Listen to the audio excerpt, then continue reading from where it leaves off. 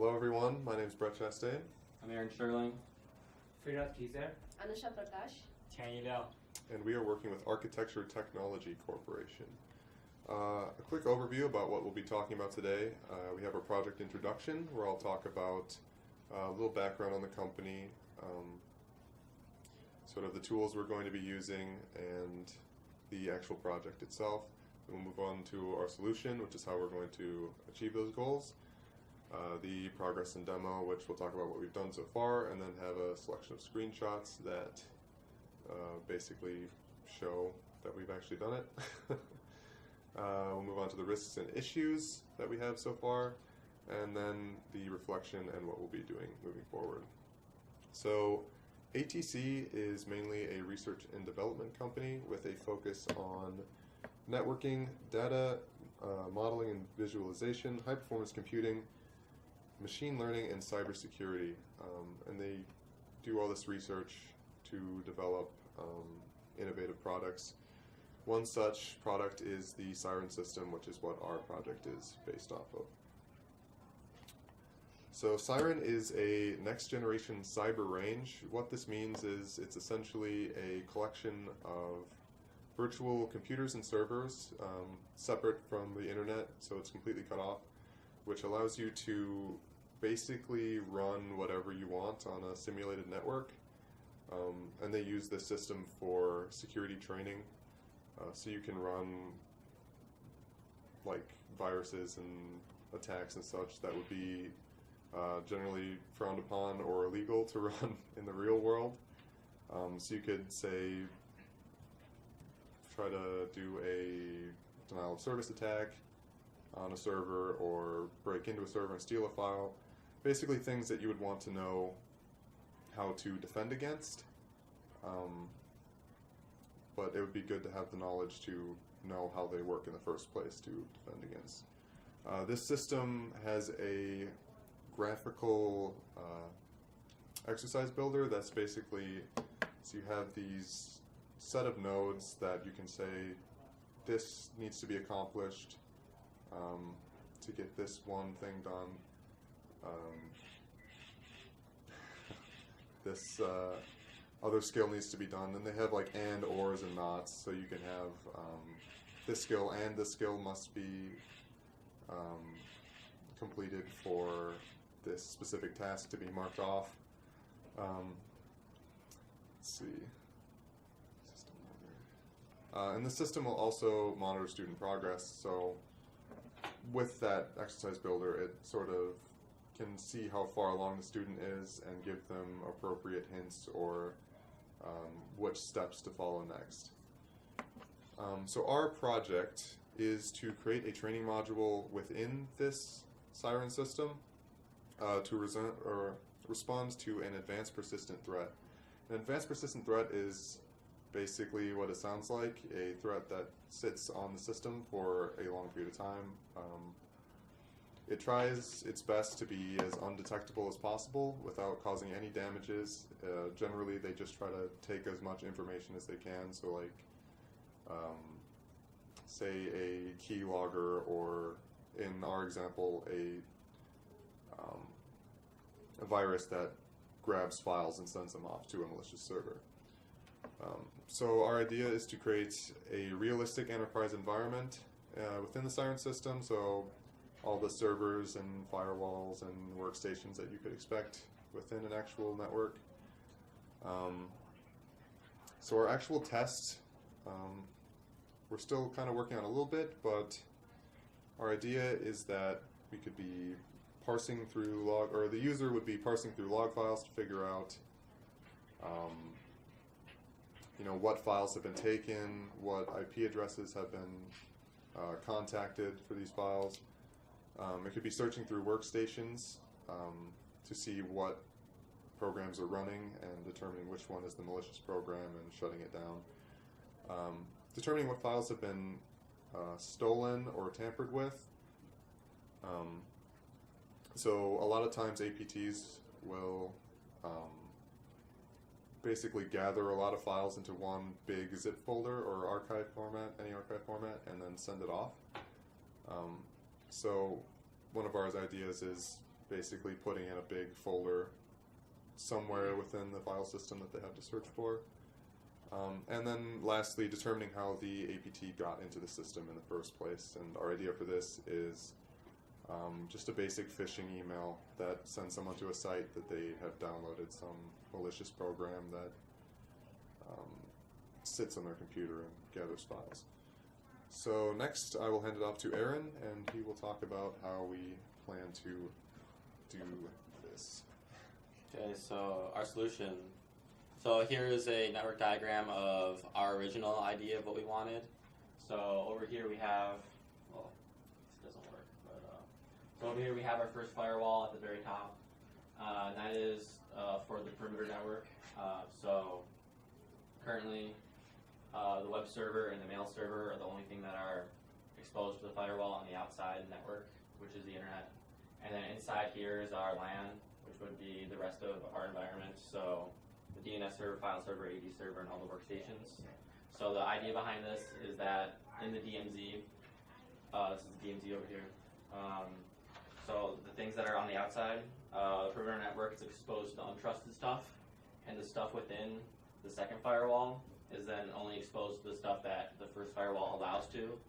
So then therefore, all the stuff within here will then only have connections to the web server and the mail server. Like, it's just very secure. However, we're having some issues with the firewall, which we'll highlight later. But this is our next, or I guess our best version right now. So we only have one firewall. So this will be obviously less secure, but currently the firewall will basically be connected to everything, and it'll have routers. There are no switches inside the environment which we'll be using, so we'll have to use bridges and routers, but it's basically the same thing. So there's our so our solution. So first of all, we had to figure out how the advanced persistent threat would be entering our system. We were discussing whether we could do a phishing email, drive-by download, or some sort of man-in-the-middle attack. The drive-by download is not as reliable. You have to sort of wait for the user to eventually click on a suspicious website like an ad or some sort of pop-up. And the man-in-the-middle with a hotspot or a fake access point is also not as reliable, because in an enterprise environment, no one's really connecting to fake Wi-Fis or using Wi-Fi that is other than designated. So we decided to go with the phishing email, which is in fact the most prevalent in the business world. The next solution point would be ascertaining what data has been stolen. So we had to figure out what kind of data is actually sought after inside these business environments. You have business plans, obviously, mergers, other things like when they're releasing new tech. White papers are also another thing that are hotly contested. Credentials, system designs, and obviously emails. We eventually decided to pick some engineering blueprints because they can be scattered throughout the system quite easily instead of just in one local area. So next we have our servers that we decided to employ. We have a domain controller, file server, and email server. So the reason we decided to include a domain controller is because it's important when logging. It logs who logs in and the permissions that the user has. So this is a very important part of our exercise. The student user will have to take a look at the domain controller and see who has been logging in and what permissions they have. Next, the file server. This is where the bulk of the information will be stored. We will have to employ a lot of noise and populate the file server so that it actually looks like a legitimate file server, and the user will have a difficult time finding where in fact the breach was happening. And as well as the email server, a lot of noise will be populated.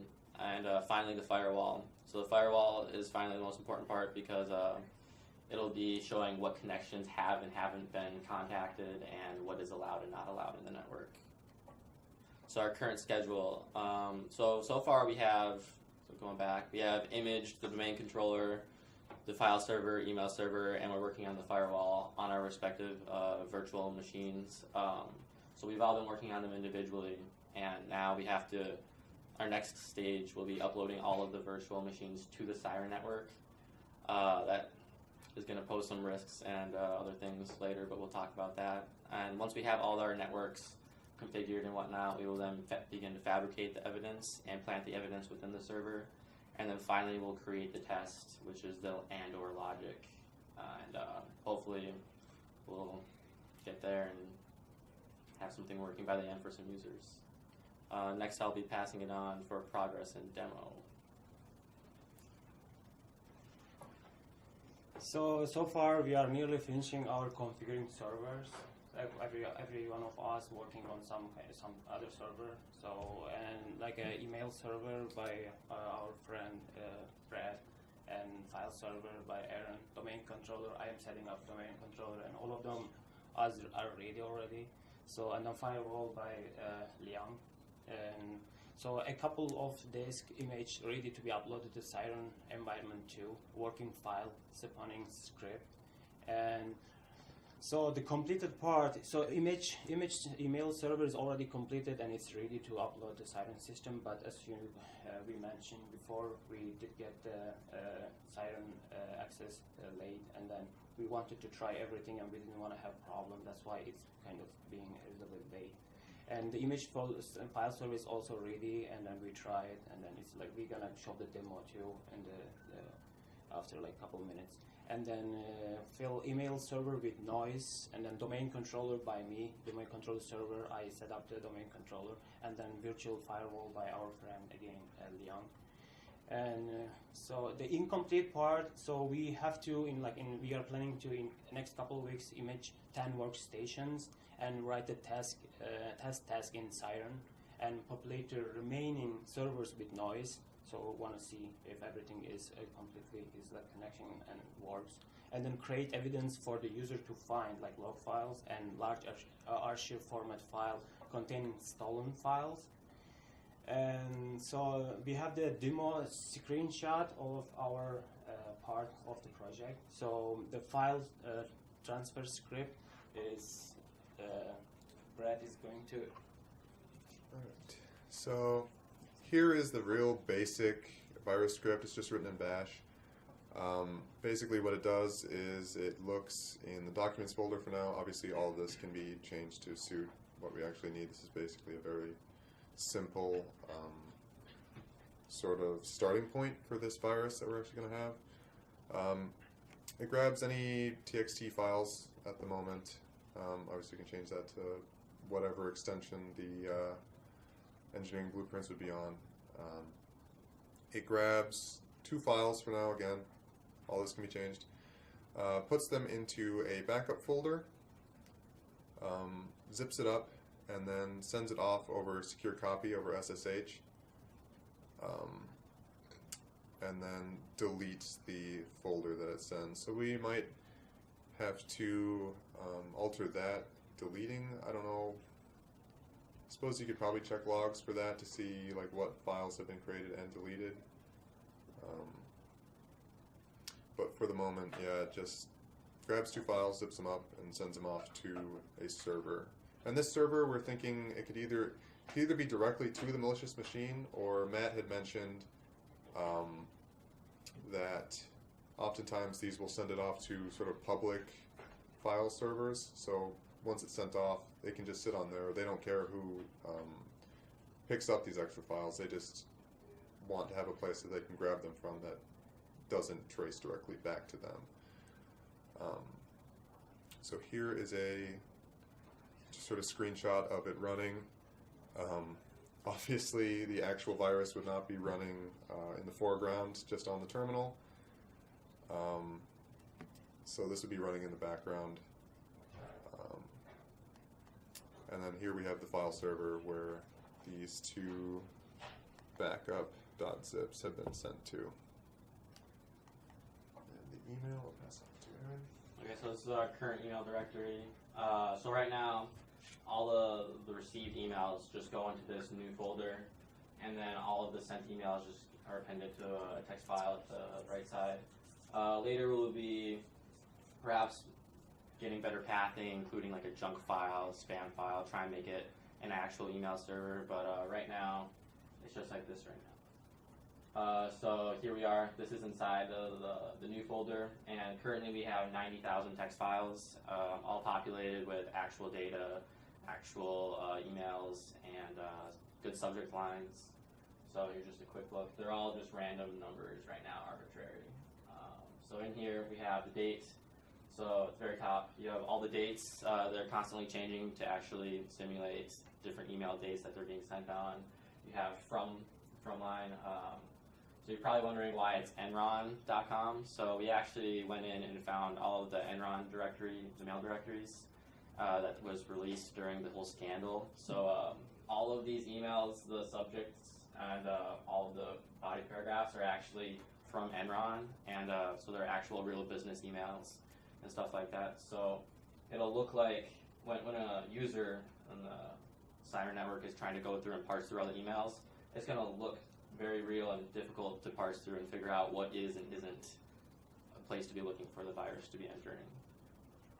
But here's the fraud, the active domain. So I'm the who is setting up active domain directory.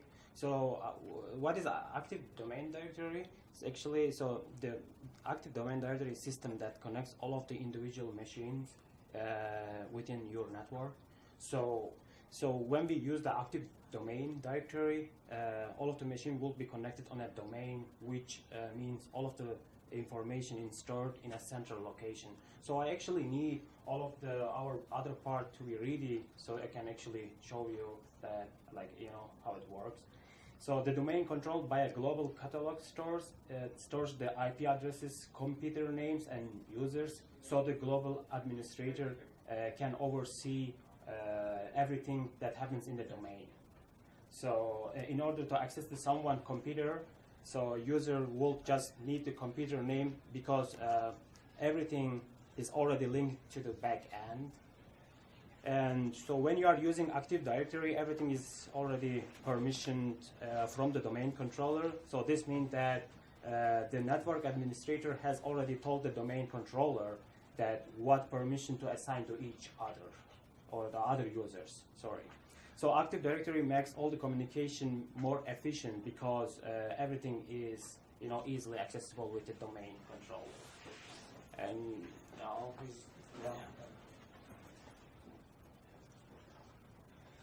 and this is our firewall setup with the pfSense firewall. For now, we want to have one firewall set up, and this firewall would be the one protect our whole network system. So this is the screenshot.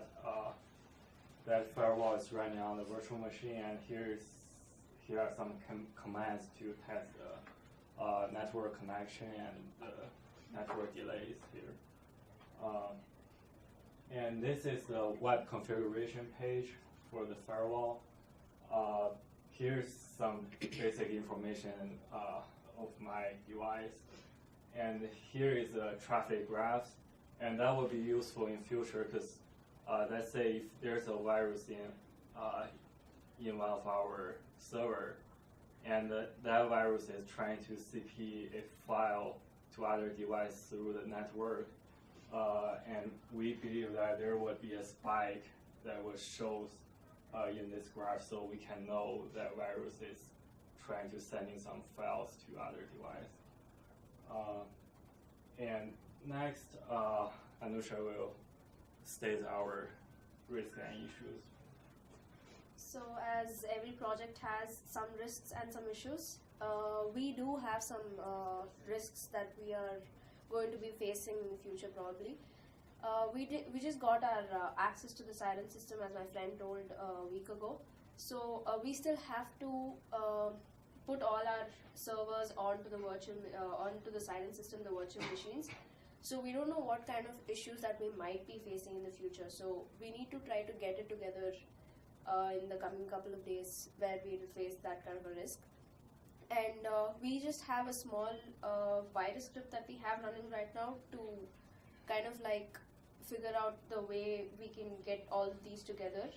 So we don't really have a fully realistic virus. So we might be facing some of the risks that we'll have when we're trying to get a script ready for that. And Right now, as one of my friend told, we just have a single firewall. So we're trying to get a dual firewall, which we showed in the previous configuration, the network configurations. So we'll have some issues in that too.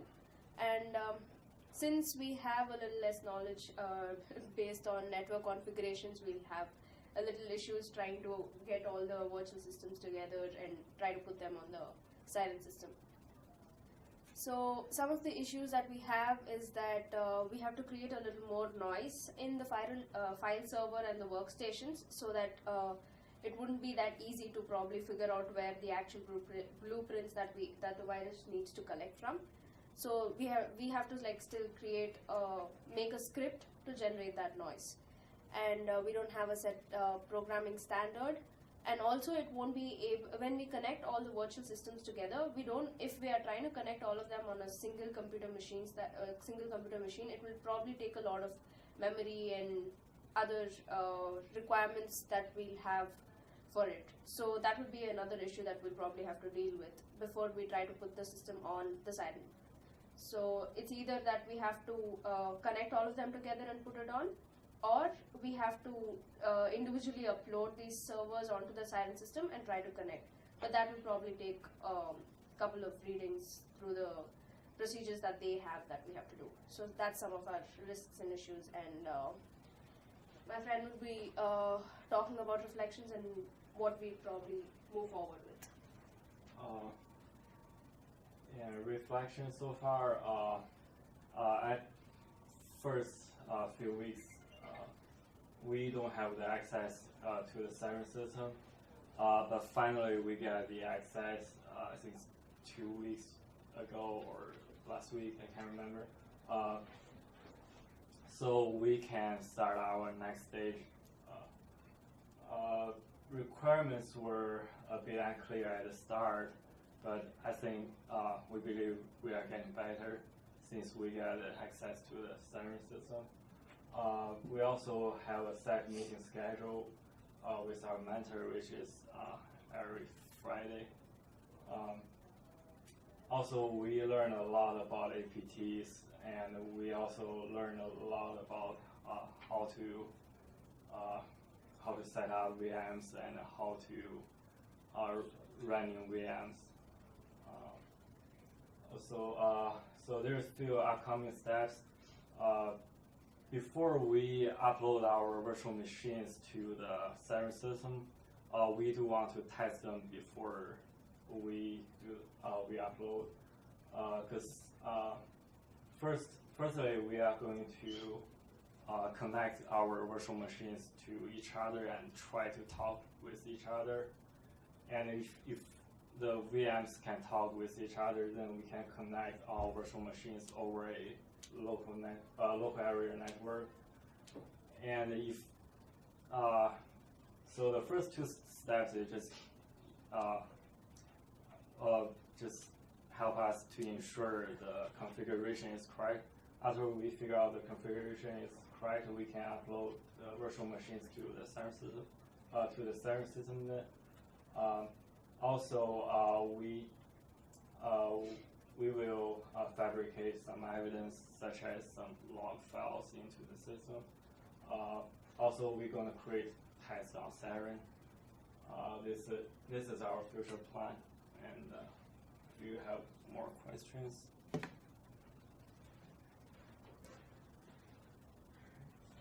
Do you guys have any plans to pick up one of the simple exercises that they have and just run it to see how you get familiar with using it? I don't know if we actually have access to that yet.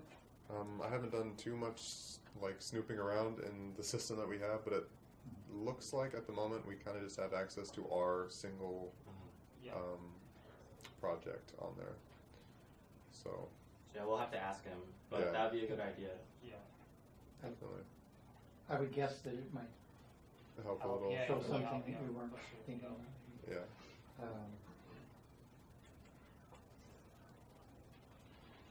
I guess I like the idea to use the existing emails, just make it seem more realistic and have a lot of data. Do they have any utilities or tools that can generate a bunch of noise essentially, or just random emails or things to kind of make the environment feel more realistic, or is that something where it would be on who's ever developing each individual training exercise to do all of that themselves? So he didn't turn me on to any of the tools to generate like a corpus for like a body paragraph or any subject lines. I know there's some Python modules to do that, but again, he didn't turn me on to any of them. So he just kind of gave me this Enron mail directory and was like, here, you could kind of use this, but didn't explain how to use it, so that I kind of just was like, all right, I'm going to rip all the information out of it and then just put it into these emails. I'm not sure if he just wanted them for like reference or whatnot, but he seemed to like it when I presented it to him, so Okay. I guess they just redo the entire email thing every time if they're using emails for phishing scam. Yeah. There's one other one I had. I just kind of had the feeling that this was the Big Bang delivery. It's all going to work, or it's not. And I'm wondering if you can build up a little simpler version with one firewall and maybe not such a fancy Right. phishing thing, and then add a second. Just kind of incrementally build something maybe. Yeah, we could possibly do that. The main thing is we just need the VMs to be able to talk the correct way, essentially, like with the right, how to say it. Like, basically, they all need to be configured correctly. And I guess we could just have like a firewall, a bridge connected to a file server and a workstation, make sure that's working. And if that's working, we would have sort of a better idea of how to upload the rest and configure the rest. So yeah, I suppose we could do that. Something to think about. Yeah. One thing that he mentioned is that when changing things in the system, it has to be, so you change one, and then it has to upload them, all the VMs again, to the sort of front end to be able to run. So that's sort of where the time-consuming process comes in all of that, and why we would want it all connected first and configured first before we start uploading. So yeah, we could probably have some simple thing. Not for trying this. to say do it or don't. Yeah. Whatever's right for the project. Well, yeah, we said that we had that initial network diagram with the two firewalls, but we kind of dialed it back to just the one firewall configuration. For now. Yeah, until we get more information on the Yeah. firewall.